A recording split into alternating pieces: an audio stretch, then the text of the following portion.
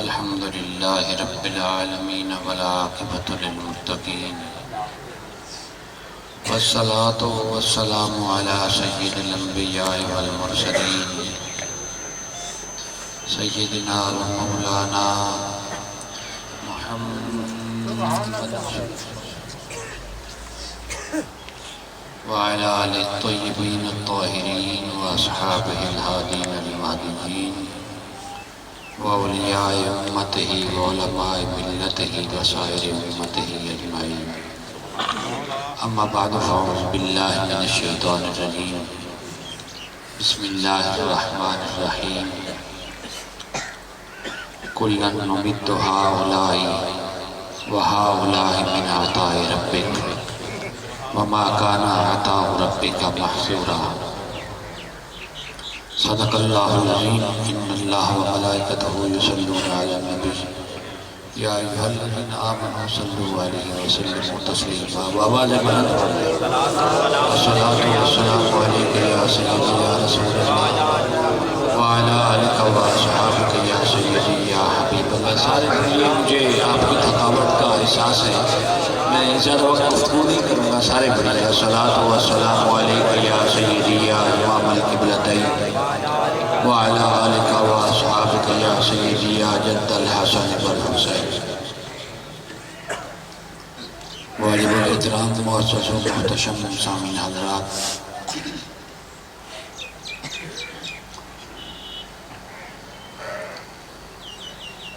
رب کائنات نے ارشاد فرمایا کُلًّا نُمِدُّ ہؤلاء،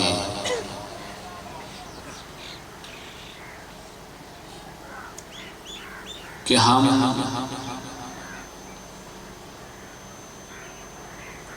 جن کی بھی مدد کرتے ہیں، سب کی مدد کرتے ہیں. طالبان دنیا کی بھی وہؤلاء، اور طالبان آخرت کی بھی. ہم سب کی مدد کرتے ہیں، طالبان دنیا کی بھی اور طالبان آخرت کی بھی.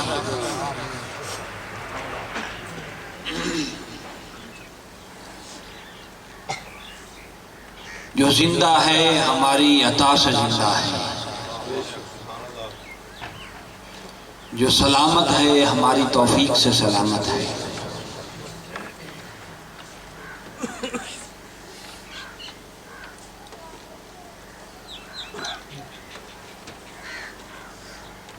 تو جس کی بھی ہم مدد کرتے ہیں،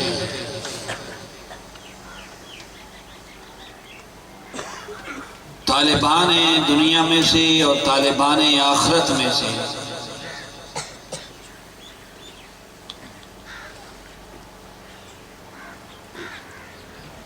کس طرح من عطاء ربک.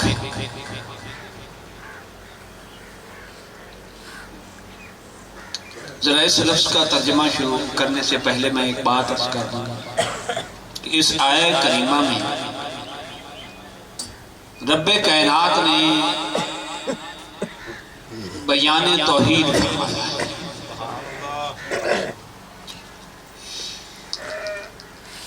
اپنی توحید بیان فرمائی ہے کہ ہم ہی مدد کرتے ہیں دنیا میں بھی اور آخرت میں بھی.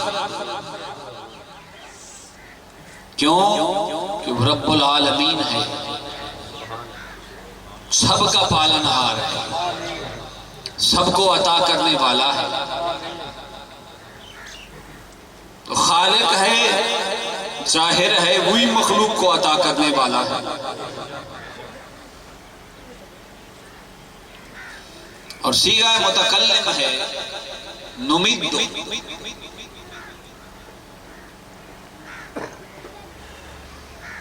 اس کلام کا آغاز بھی رب کائنات نے صیغہ متکلم سے کیا، یعنی ہم ہی مدد کرتے ہیں،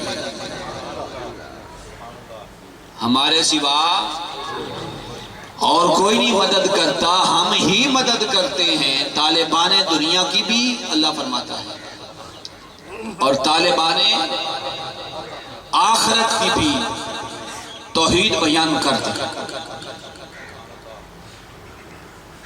ظاہر ہے خلاق عالم ہے، اس نے ساری کائنات کو تخلیق کیا ہے، ساری کائنات کی نعمتیں بھی کائنات کو وہی عطا کرتا ہے، اس میں کسی کو شک نہیں۔ ویسے بھی اس کو تھوڑا سا کھولیں۔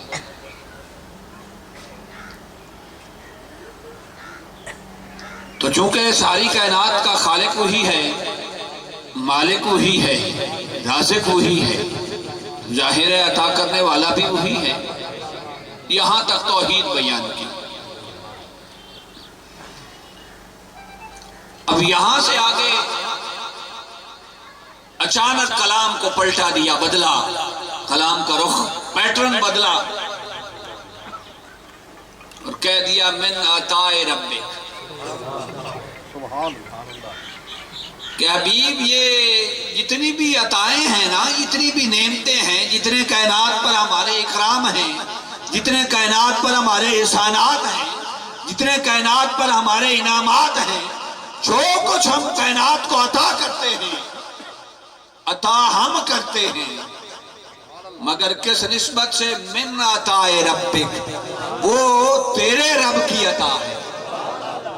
وہ بھئی رب سب کا نہیں ہے، اس نے سب کو نہیں پیدا کیا، سب کو تخلیق نہیں کیا، تو ہر ایک کو عطا کرنا، بھئی تخلیق جو کیا ہے تو ہر ایک کو عطا بھی وہی کرتا ہے۔ یار میرا گلا خراب کر رہے ہیں، مہربانی کرے سن ذرا سیٹ کر۔ نعرہ تکبیر، نعرہ رسالت، نعرہ رسالت، نعرہ غوثیہ، نعرہ حیدری۔ چل رہے اسی پہلے